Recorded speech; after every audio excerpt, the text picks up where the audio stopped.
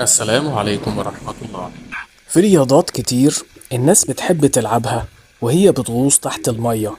بس في رياضة منهم خطر جدا، وهي رياضة الصيد بالهاربون.